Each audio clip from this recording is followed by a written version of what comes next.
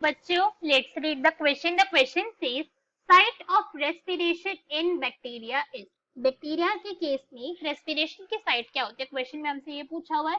So now let's start the question. सबसे पहले हम क्वेश्चन को सॉल्व करने का की कॉन्सेप्ट देखेंगे. की कॉन्सेप्ट.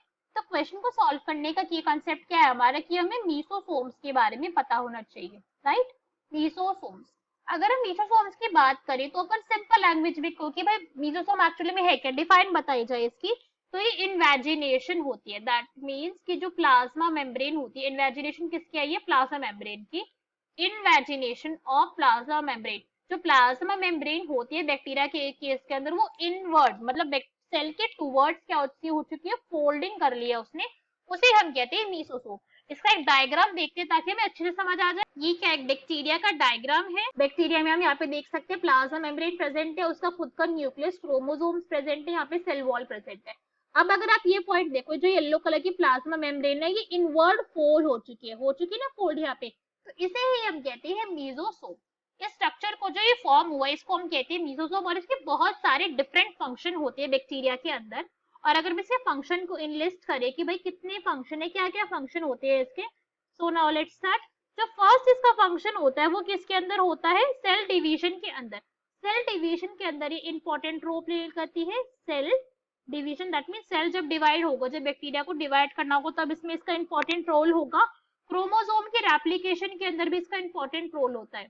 क्रोमोसोम रेप्लिकेशन, जो बैक्टीरिया का क्रोमोसोम है जब वो डुप्लीकेट होगा, फिर जब कह सकते हैं जब वो रेप्लिकेट होगा तब भी इसका रोल होता है. अनदर फंक्शन होता है इसका इलेक्ट्रॉन ट्रांसपोर्ट चेन के अंदर.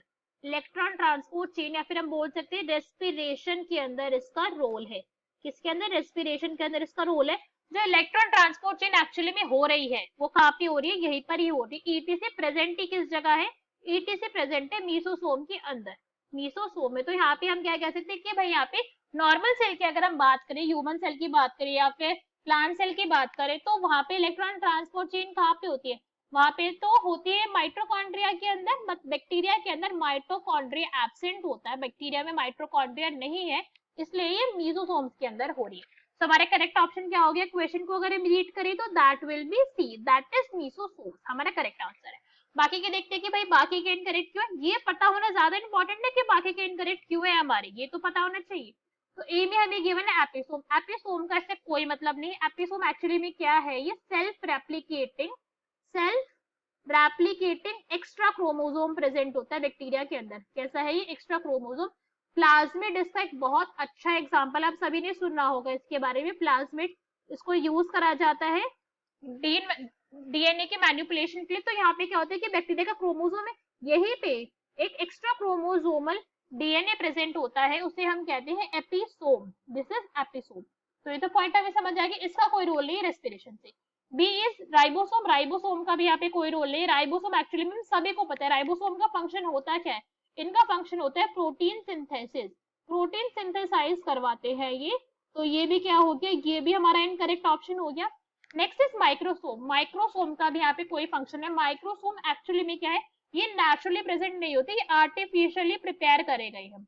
आर्टिफिशियल ही प्रिपेयर करे गए. किससे प्रिपेयर करे गए हैं? अगर हम इसकी बात करें तो एक सेल ऑर्गेनेल होता है जिसको हम कॉमनली कहते हैं ईआर. इंडोप्लाज्मिक रेटिकुलम से ये आर्टिफिशियल जनरेट करे गए और इनका फंक्शन भी ईआर के जैसा ही होता है. दैट मीन्स इनका क्या तो फंक्शन होगा प्रोटीन सिंथेसिस के अंदर.